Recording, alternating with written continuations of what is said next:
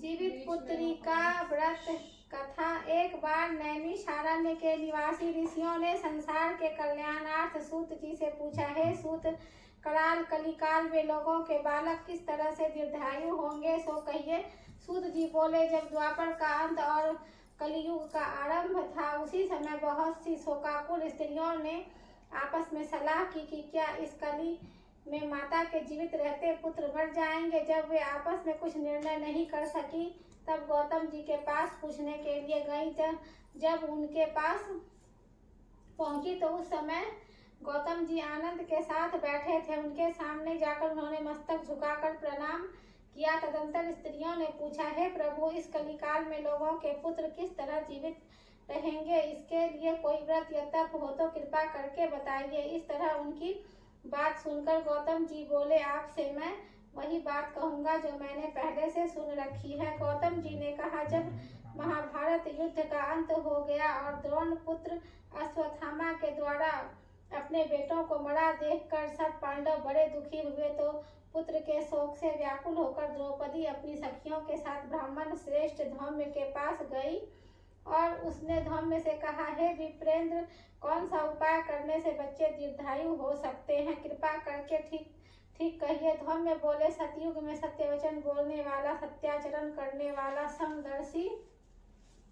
जिमूतवाहन नामक एक राजा था। एक बार वह अपनी स्त्री के साथ अपनी ससुराल गया और वहीं रहने लगा। एक दिन आधी रात के समय पुत्र के शोक से व्याकुल कोई स्त्री रोने लगी, क्योंकि वह अपने बेटे के दर्शन से निराश हो चुकी थी। उसका पुत्र मर चुका था। वह रोती हुई कहती थी, हाय मुझ बूढ़ी माता के सामने मेरा बेटा मरा जा रहा है। उसका रुदन सुनकर राजा जिमूतवाहन का तो मानो हृदय विदीर्ण हो गया। वह तत्काल उस स्त्री के पास गया और उससे पूछा, तुम्हारा बेटा कैसे मरा। बूढ़ी ने कहा, गरुड़ प्रतिदिन आकर गांव के लड़कों को खा जाता है। इस पर दीर्घायु राजा ने कहा, माता अब तुम रो मत, आनंद से बैठो, मैं तुम्हारे बच्चे को बचाने का यत्न करता हूँ। ऐसा कहकर राजा उस स्थान पर गया। वहां गरुड़ आकर प्रतिदिन मांस खाया करता था। उसी समय गरुड़ भी उस पर टूट पड़ा और राजा के शरीर का मांस खाने लगा। तब अतिशय तेजस्वी गरुड़ ने राजा का बायां अंग खा लिया, तो झटपट राजा ने अपना दाहिना अंग फेरकर गरुड़ के सामने कर दिया। यह देखकर गरुड़ जी ने कहा, देव योनियों में तुम कौन हो, तुम मनुष्य तो नहीं जान पड़ते। अच्छा, अपना जन्म और कुल बताओ। पीड़ा से व्याकुल मन वाले राजा ने कहा, हे पक्षीराज, इस तरह के प्रश्न करना व्यर्थ है, तुम अपनी इच्छा पर मेरा मांस खाओ। यह सुनकर गरुड़ रुक गया और बड़े आदर से राजा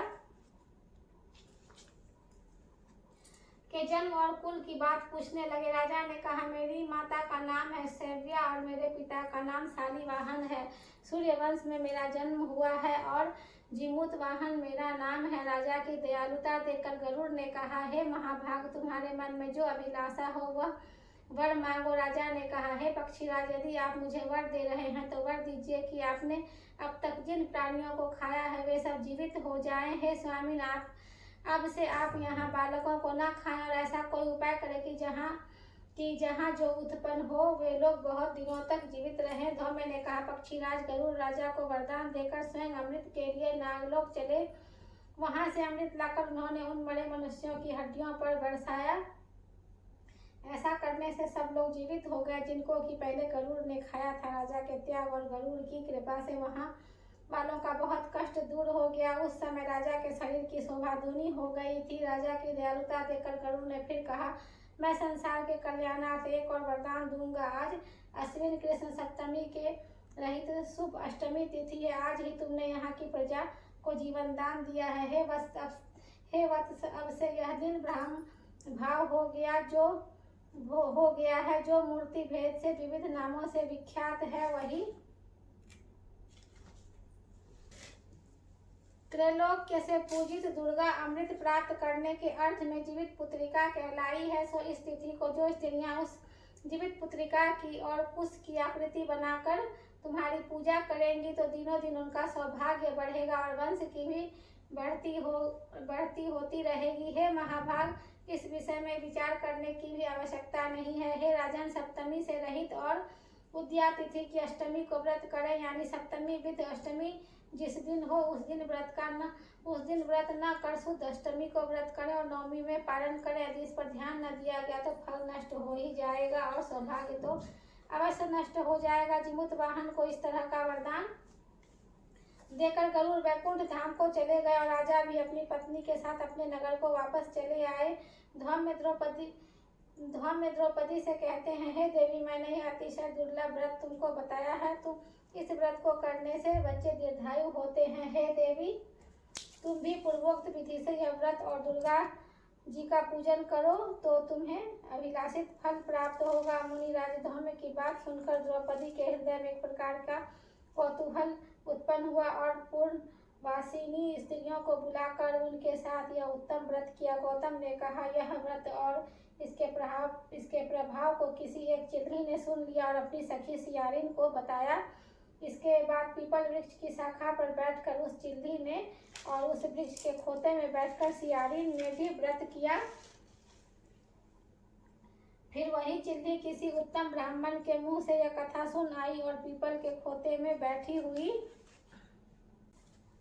अपनी सखी को सुनाया। सियारिन ने आधी कथा सुनी थी, उसे भूख लग गई और वह उसी समय सबसे भरे हुए शमशान में पहुंची। वहां उसने इच्छा भर मांस का भोजन किया और चिल्ली बिना कुछ खाए पिए रह गई और सवेरा हो गया। सवेरे वह गौशाला में गई और वहां गौ का दूध पिया। इस तरह नवमी को उसने पारण किया। कुछ दिनों बाद वे दोनों मर गई और अयोध्या में किसी धनी व्यापारी के घर जन्मी। संयोग से उन दोनों का जन्म एक ही घर में हुआ, जिसमें सियारिन ज्येष्ठ हुई और चिल्ली छोटी। वे दोनों सभी शुभ लक्षणों से युक्त थीं, इसलिए बड़ी बहन काशी राज के और छोटी उसके मंत्री के साथ गृहपत्य अग्नि के सामने विधि पूर्वक ब्याही गई। पूर्व जन्म के कर्म फल से वह मृगनयनी रानी हुई। जिस किसी की भी संतान को उत्पन्न करती वह मर जाती थी और पूर्व जन्म की बातों को स्मरण करने वाली मंत्री की पत्नी नष्ट वसुओं के सदृश तेजस्वी 8 बेटे उत्पन्न किए और सभी जीवित रह गए। अपनी बहन के पुत्रों को जीवित देखकर ईर्ष्यावश राजपत्नी ने अपने स्वामी से कहा, यदि तुम मुझे जीवित रखना चाहते हो तो इस मंत्री के भी पुत्रों को उसी जगह भेज दो जहाँ मेरे बेटे गए हैं, अर्थात इन्हें मार डालो। यह सुनकर राजा ने उस मंत्री के पुत्रों को मारने के लिए कई प्रकार के उद्योग किए, पर मंत्री पत्नी ने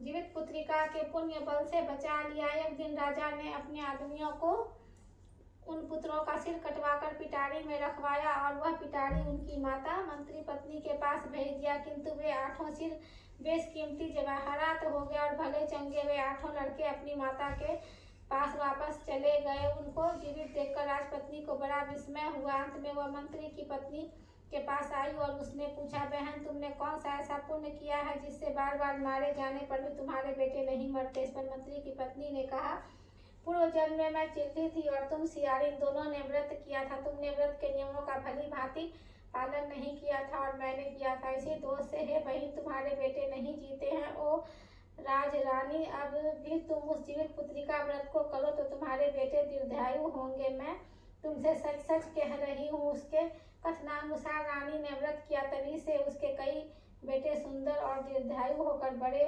बड़े राजा हुए। सूत जी कहते हैं कि सब प्रकार का आनंद देने वाला मैंने यह दिव्य व्रत बतलाया है। स्त्रियां चिरंजीवी संतान चाहती हो तो विधि पूर्वक यह व्रत करें। जीवित पुत्रिका व्रत कथा समाप्त।